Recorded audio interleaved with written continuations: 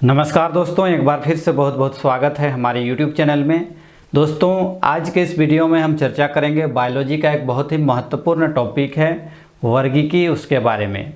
दोस्तों, वर्गीकी यानी कि टैक्सोनॉमी, इसमें हम जानेंगे कि धरती में जो विभिन्न प्रकार के जीव जंतु हैं उनको अलग अलग वर्गों में कैसे वर्गीकृत किया गया था।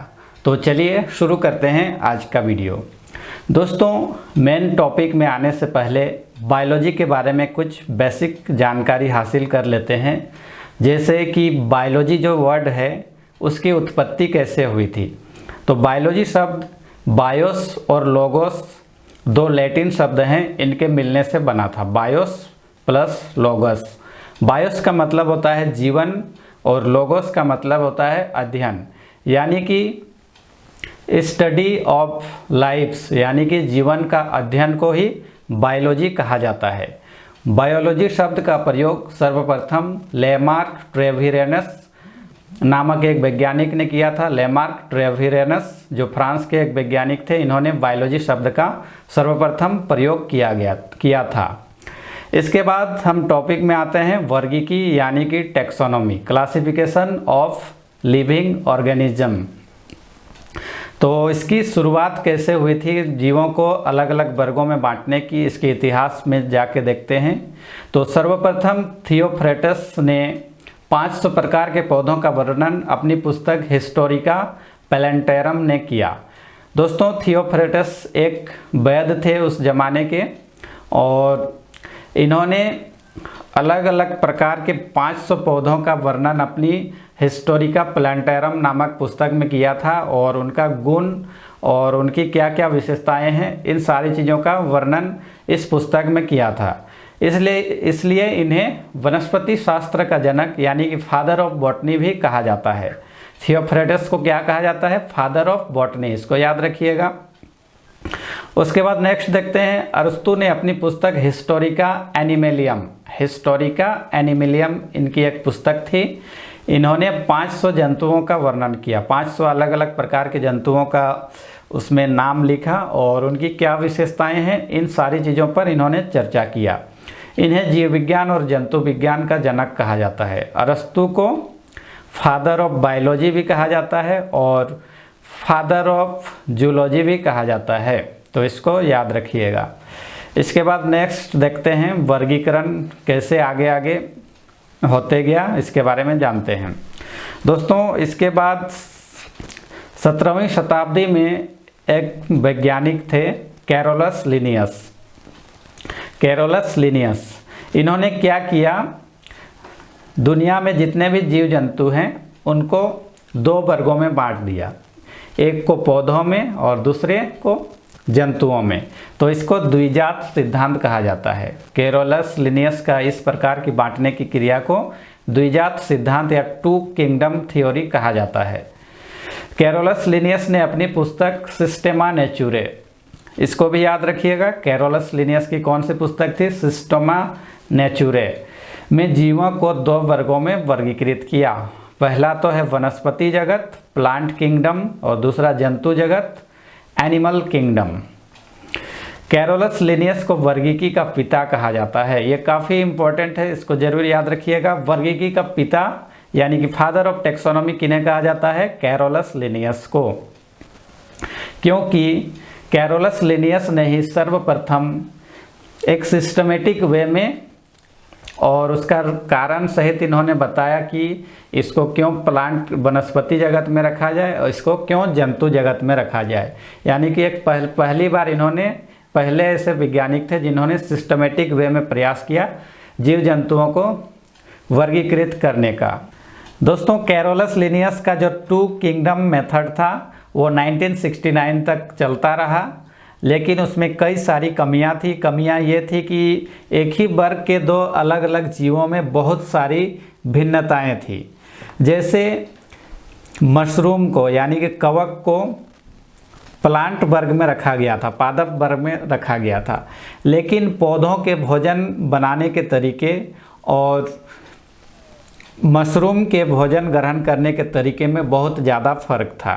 पौधे प्रकाश संश्लेषण और जल की सहायता से भोजन का निर्माण करते थे और ग्रहण करते थे। लेकिन जो कवक थे, जो मशरूम थे, वे अपना भोजन खुद से तैयार नहीं करते थे, बल्कि ये क्या करते थे, सड़े गले चीज़ों से अवशोषण करके आहार ग्रहण करते थे। तो इस तरह की कई कमियां थी, उसको दूर करने के लिए 1969 में एक साइंटिस्ट थे अमेरिकन, R.H. विटेकर, एक अमेरिकन इकोलॉजिस्ट थे, यानी कि परिस्थिति वैज्ञानिक। इन्होंने वर्गीकरण का एक नया मेथड निकाला, उसको क्या कहा जाता है, 5 किंगडम क्लासिफिकेशन। दोस्तों 5 किंगडम क्लासिफिकेशन 1969 से चलता आ रहा है और इस मेथड के तहत इन्होंने जो लिविंग ऑर्गेनिज्म हैं, जो जीव जंतु हैं, उनको इन्होंने 5 वर्गों में विभाजित किया। पहला तो है मोनेरा, दूसरा प्रोटिस्टा, तीसरा है फंजाई यानी कि कवक, चौथा है प्लांटी यानी कि पादप, और पांचवा है एनिमेलिया यानी कि जंतु। यानी कि दुनिया में जितने भी जीव जंतु हैं, इनको अलग अलग गुण के आधार पर 5 किंगडम में बांट दिया। इसी को 5 किंगडम क्लासिफिकेशन कहा जाता है। तो थोड़ा सा हम जान लेते हैं कि ये जो 5 किंगडम में बांटा गया, इनकी विशेषताएं क्या क्या है। जैसे जो मोनेरा किंगडम के जीवों की विशेषता क्या है, इसमें प्रोकैरियोटिक कोशिकाएं पाई जाती हैं मोनेरा किंगडम के जीवों में। इसमें अविकसित केंद्रक होता है, उदाहरण के लिए जीवाणु यानी कि बैक्टीरिया, नील हरित शैवाल यानी कि ब्लू ग्रीन एल्गी। उसके बाद दूसरा है प्रोटिस्टा। प्रोटिस्टा किंगडम के जो जीव हैं, उनकी विशेषता क्या है, ये एक कोशिकीय जीव होते हैं, यूकैरियोटिक कोशिका। यूकैरियोटिक कोशिका कहने का मतलब वैसे कोशिकाएं जिनमें कोशिका के सभी अंग स्पष्ट रूप से पाए जाते हैं, जैसे केंद्रक, माइटोकॉन्ड्रिया, गोल्जी बॉडी इत्यादि जो कोशिका के अंग होते हैं, ये सभी स्पष्ट रूप से पाए जाते हैं। वैसे कोशिकाओं को यूकैरियोटिक कोशिकाएं कहा जाता है। फिर इन जीवों में विकसित केंद्रक होता है, उदाहरण के लिए अमीबा, प्लाज्मोडियम, ये सब प्रोटिस्टा के अंतर्गत आते हैं। उसके बाद है फंजाई यानी कि कवक। कवक की क्या विशेषता है, ये भी यूकैरियोटिक कोशिका वाले जीव हैं और लेकिन इसमें प्रकाश संश्लेषण की क्रिया नहीं होता है, इसमें पर्णहरित नहीं होता है। ये फंजाई का अंतर है। उसके बाद प्लांटी यानी कि पादप, ये बहुकोशिकीय पौधे होते हैं और इसमें प्रकाश संश्लेषण यानी कि फोटोसिंथेसिस की क्रिया होती है।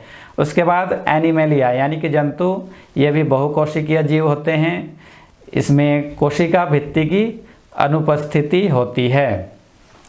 दोस्तों पादप कोशिका और जंतु कोशिका में यही मुख्य अंतर है। इसमें पादप कोशिका में क्या होता है, कोशिका भित्ति पाई जाती है और बहुत मजबूत कोशिका भित्ति पाई जाती है, और जो जंतु कोशिकाएं होती हैं उसमें कोशिका भित्ति नहीं पाई जाती है। और कवक और पादप में अंतर क्या होता है कि इसमें प्रकाश संश्लेषण की प्रक्रिया नहीं होती है। कवक में प्रकाश संश्लेषण यानी कि फोटोसिंथेसिस की क्रिया नहीं होती है, प्लांट में होती है, इसको याद रखिएगा। तो दोस्तों इसके बाद नेक्स्ट में देखेंगे कि ये जो 5 किंगडम इन्होंने विभाजित किया विटेकर महोदय ने, आखिर किस आधार पर इन्होंने सभी जीव जंतुओं को 5 किंगडम में बांटा, आगे की स्लाइड में देखते हैं। तो विटेकर महोदय ने क्या किया कि धरती के विभिन्न प्रकार के जीव जंतुओं की जो कोशिकाएं हैं, इनको सबसे पहले इन्होंने क्या किया, कलेक्ट किया, और कलेक्ट करके इन्होंने अध्ययन किया, उनके जो कोशिकाओं का आकार है उनका अध्ययन किया। तो इन्होंने क्या पाया कि कुछ कोशिकाएं जो हैं वो कोशिकाएं तो हैं, उनका कोशिका भित्ति भी है, लेकिन उसके जो अंदर जो कोशिका के अंग होते हैं वो स्पष्ट रूप से नहीं थे या थे ही नहीं। जैसे कोशिका में क्या होता है, केंद्रक होता है, माइटोकॉन्ड्रिया होता है, गोल्जी बॉडी होता है, कुछ कोशिकाओं में ये सारे चीज़ अनुपस्थित थे। तो ऐसे कोशिकाओं को इन्होंने क्या कहा, प्रोकैरियोटिक कोशिका। और जो दूसरे प्रकार की जो कोशिका थी उसमें कोशिका के सारे अंग स्पष्ट रूप से पाए गए। यहाँ पर इसका पिक्चर देख सकते हैं, ये हुई आपकी यूकैरियोटिक कोशिका।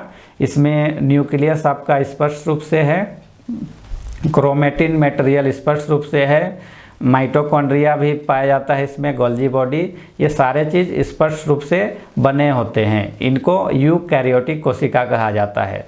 और यहाँ पर आप प्रोकैरियोटिक कोशिका का फिगर देख सकते हैं। इसमें केवल जो इसका सेल मेंबर है यानी कि कोशिका भित्ति बना रहता है और अंदर के जो कोशिकांग होते हैं वो नहीं पाए जाते हैं। उसको प्रोकैरियोटिक कोशिका की श्रेणी में इनको रखा। तो इन्होंने क्या पाया कि दो प्रकार की कोशिकाएं पाई जाती हैं, प्रोकैरियोटिक और यूकैरियोटिक। इसके बाद आगे देखते हैं कि आगे इन्होंने क्या किया। दोस्तों, जो प्रोकैरियोटिक कोशिकाएं होती हैं और इसके जो जीव होते हैं वो एक कोशिकीय होते हैं। प्रोकैरियोटिक कोशिका वाले जीव को इन्होंने क्या देखा कि ये एक कोशिकीय जीव होते हैं। तो इस प्रकार के जीवों को इन्होंने मोनेरा किंगडम में रख दिया। प्रोकैरियोटिक कोशिका वाले एक कोशिकीय जीवों को इन्होंने मोनेरा किंगडम में रख दिया। और मोनेरा किंगडम के कुछ उदाहरण देखते हैं, जैसे जीवाणु यानी कि बैक्टीरिया, नील हरित शैवाल, blue green algae, cyanobacteria, mycoplasma, ये सब मोनेरा किंगडम के जीव हैं। इन जीवों में क्या होता है, इनके जो कोशिकाएं होती हैं उनमें स्पष्ट रूप से कोशिका के अंग नहीं पाए जाते हैं। इनको याद रखिएगा, इनको मोनेरा किंगडम में रखा गया। उसके बाद दूसरी श्रेणी के जीव जो यूकैरियोटिक कोशिका वाले जीव होते हैं उनमें देखा गया कि इसमें कुछ जीव एक कोशिकीय हैं और कुछ जीव बहुकोशिकीय हैं। तो यूकैरियोटिक कोशिका वाले जीव को सबसे पहले इन्होंने क्या किया, दो भाग में डिवाइड कर दिया, एक कोशिकीय वाले जीव और दूसरा बहुकोशिकीय वाले जीव। तो एक कोशिकीय वाले जीव को इन्होंने क्या, प्रोटिस्टा किंगडम में रख दिया। एक कोशिकीय जीव, यूकैरियोटिक कोशिका, ऐसे जो विशेषता वाली जीवों को इन्होंने क्या किया, प्रोटिस्टा किंगडम की श्रेणी में रख दिया। और जो बहुकोशिकीय वाले जीव हैं इनमें इन्होंने और एक विशेषता देखी। जो बहुकोशिकीय जीव हैं उन्होंने इन्हें दो प्रकार की विशेषताएं देखी। एक तो देखा कि इन्होंने कि कुछ कोशिकाओं में कोशिका भित्ति बहुत मजबूत रूप में पाया जाता है। एक प्रकार की जो बहुकोशिकीय जीव की कोशिकाओं में क्या देखा कि कोशिकाओं में कोशिका भित्ति बहुत मजबूत रूप से पाया जाता है। और दूसरी प्रकार की जो कोशिकाएं देखी इन्होंने, इन कोशिकाओं में देखा गया कि इसमें कोशिका भित्ति यानी कि सेल मेम्ब्रेन नहीं पाया जाता है। तो जिसमें सेल मेम्ब्रेन पाया जाता है उसको इन्होंने पादप यानी कि प्लांटी और कवक यानी कि फंजाई की श्रेणी में रखा। और दूसरा जो कोशिका भित्ति की अनुपस्थिति जिनमें थी, कोशिका भित्ति जिन कोशिकाओं में नहीं पाया जाता है उनको एनिमिलिया की श्रेणी में इन्होंने रखा है। तो इसको याद रखिएगा। यूकैरियोटिक कोशिका वाले जीव, बहुकोशिकीय जीव और जिसमें कोशिका भित्ति अनुपस्थित रहता है उनको इन्होंने जंतु वर्ग, जंतु किंगडम यानी कि एनिमिलिया किंगडम में रखा। दोस्तों, कोशिका भित्ति जिनमें बहुत मजबूत था उनमें भी देखा कि दो प्रकार के जीव हैं। पहला है पादप, दूसरा है कवक। तो पादप और कवक में क्या अंतर इन्होंने देखा। पादप वैसे जीवों को इन्होंने कहा जिनमें प्रकाश संश्लेषण की क्रिया से जो भोजन बनाते हैं। और जो फंजाई यानी कि कवक, इसमें प्रकाश संश्लेषण की क्रिया नहीं होती है। कवक मृतपोषी होते हैं। मृतपोषी यानी कि ये सड़े गले पदार्थों का सेवन करके ये भोजन ग्रहण करते हैं। तो इस तरह से व्हिटेकर महोदय में लिविंग ऑर्गेनिज्म को 5 किंगडम में बांटा।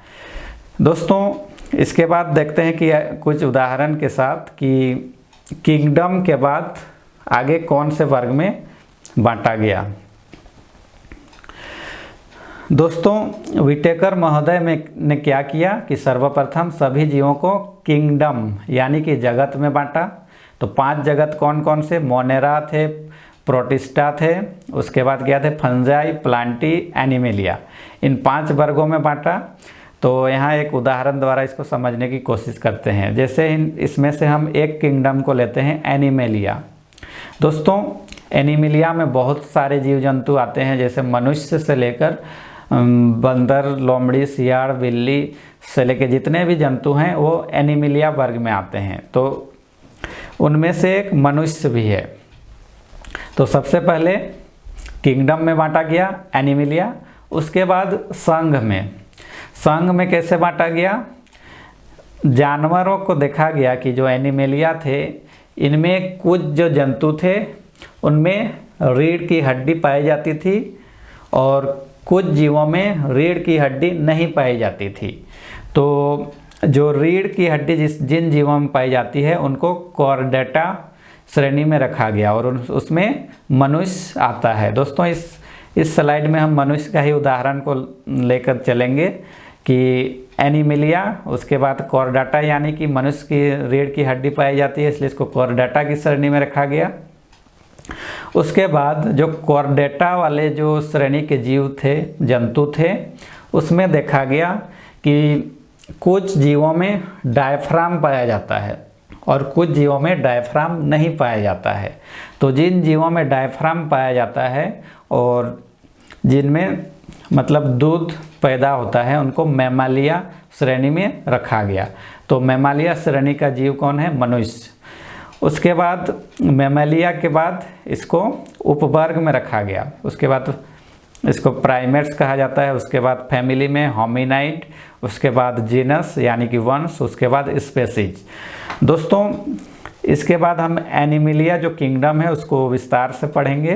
तो आज के वीडियो में इतना ही। उम्मीद करते हैं आपको सारी चीज़ें बढ़िया से समझ में आई होगी। अगले वीडियो में फिर कोई नए टॉपिक के साथ आएंगे। तब तक आप अपना ख्याल रखिए। धन्यवाद।